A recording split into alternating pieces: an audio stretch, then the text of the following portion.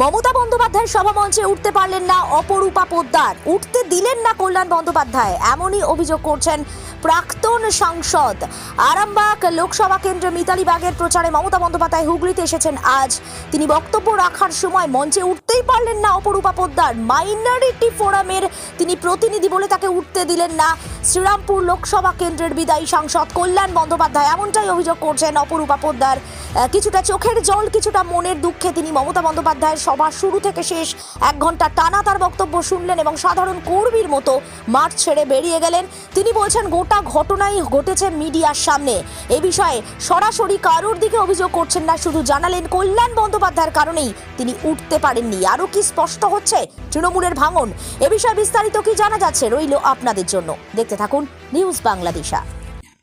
আজকে কি বলবেন? কি বলবেন আজকে? সব তো তুমি ক্যামেরা বন্দি করেছো। কল্যাণ ব্যানার্জি মঞ্চে উঠতে দেননি, উনি শিডিউল কাস্ট, দলিত, মাইনরিটিদের বিপক্ষে। আমি এখনো দলের এমপি, 2 টার্মের এমপি। আপনি কি বলবেন? আপনি বলার আমি বলে দেব। আপনি দিদি আপনি বলেছিলেন এমনি স্টেজে দিদি শুধু কি কল্যাণ বন্দ্যোপাধ্যায় বন্দ্যোপাধ্যায় আপনাকে উঠতে দিল না? দিদি শুধু কল্যাণ বন্দ্যোপাধ্যায়কে উঠতে দিল না? দিদি শুধু কি কল্যাণ বন্দ্যোপাধ্যায় উঠতে দিল না? দিদি শুধু কোনো কল্যাণ বন্দ্যোপাধ্যায়কে উঠতে দিল না? না আরো কেউ আছে? কি মনে করেন দিদি, কি মনে করেন?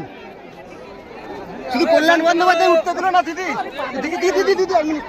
দিদি পরে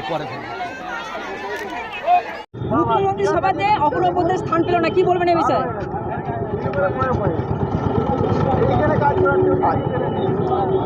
কি বলবেন এই বিষয়ে?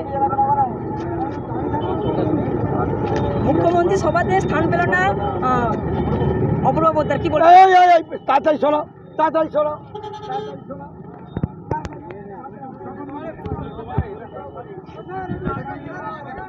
আরামবাগ মতিলাল টেলিশপ ও স্যামসাং সার্ভিস সেন্টার, অনলাইন বা যে কোনো দোকানের থেকে সস্তা, আপনাদের সকলের প্রিয় মতিলাল মোবাইল। তাই আজই আসুন। পুরানো মোবাইল সারানোর চেয়ে বেশি দামে এক্সচেঞ্জ, 0% ইন্টারেস্টে, 0 ডাউন পেমেন্ট, 0 কস্টে মোবাইল ফাইন্যান্সের সুবিধা।